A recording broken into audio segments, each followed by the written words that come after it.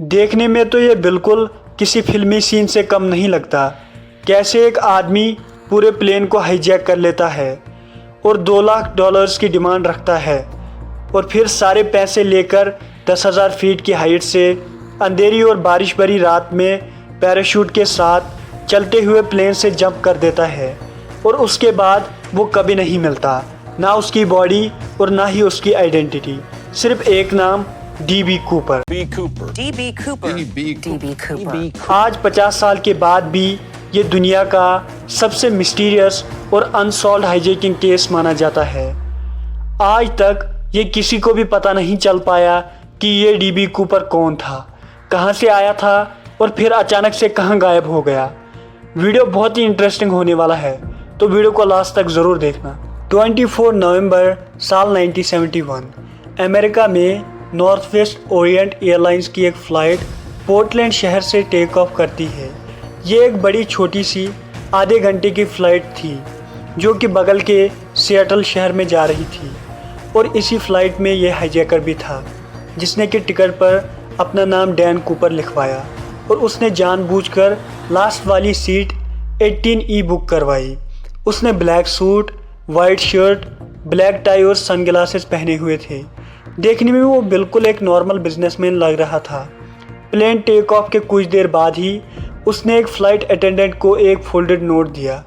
पहले तो उस लेडी को लगा कि शायद कूपर उसके साथ फ्लर्ट कर रहे हैं, इसीलिए लेडी ने वो नोट साइड में रख दिया, लेकिन कूपर ने लेडी को ऐसा करते हुए देख लिया और इसके बाद कूपर ने उस लेडी को बुलाया और धीरे से कहा, मिस, बेहतर होगा कि आप नोट पढ़ लो।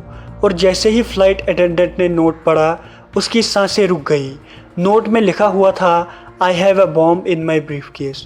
और इसके बाद कूपर ने लेडी अटेंडेंट को अपना ब्रीफकेस खोल कर दिखाया। अंदर वायर्स और सिलेंड्रिकल ऑब्जेक्ट्स दिख रहे थे जो कि बॉम्ब जैसा लग रहा था। कूपर ने बहुत शांत तरीके से अपनी डिमांड्स बताई।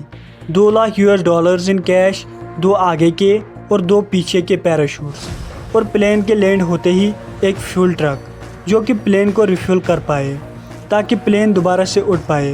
और साथ ही कूपर ने फ़्लाइट अटेंडेंट को एक वार्निंग भी दी कि कोई भी होशियारी मत दिखाना, लेकिन उसने किसी भी पैसेंजर को हर्ट नहीं किया। वो बिल्कुल काम रहा। जब प्लेन सिएटल पहुंचा तो अथॉरिटीज़ ने उसकी सारी डिमांड्स मान ली क्योंकि सबसे पहले पैसेंजर्स की सेफ्टी ज़रूरी थी। कैश और पैराशूट्स प्लेन में लाए गए। कूपर ने तुरंत सारे पैसेंजर्स और कुछ क्रू मेंबर्स को छोड़ दिया। अब प्लेन में सिर्फ कूपर और कुछ क्रू मेंबर्स बचे हुए थे। उसने पायलट को ऑर्डर दिया कि प्लेन मैक्सिको की तरफ उड़ाओ क्योंकि रात बहुत हो चुकी थी। बाहर बहुत ही तेज़ बारिश और ठंडी हवा चल रही थी। प्लेन लगभग 10,000 फीट की हाइट पर उड़ रहा था। तब कूपर ने एक ऐसा काम किया जिसने हिस्ट्री बना दी।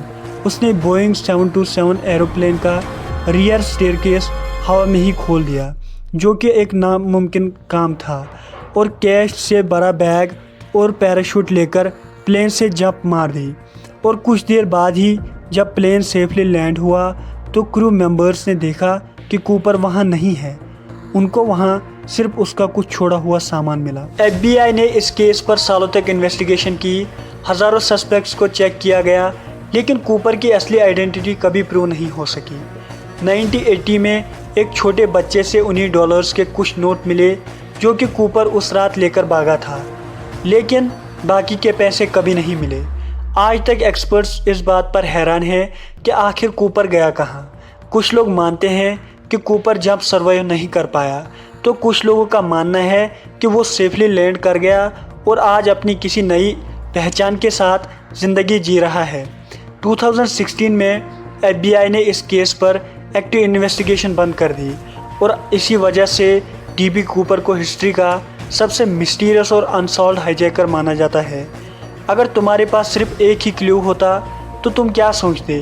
क्या DB कूपर उस रात मर गया था या वो दुनिया को हमेशा के लिए बेवकूफ़ बनाकर निकल गया? अपनी थ्योरी कमेंट्स में ज़रूर बताना और ऐसी ही रियल और मिस्टीरियस स्टोरीज़ के लिए चैनल को सब्सक्राइब करना मत भूलना।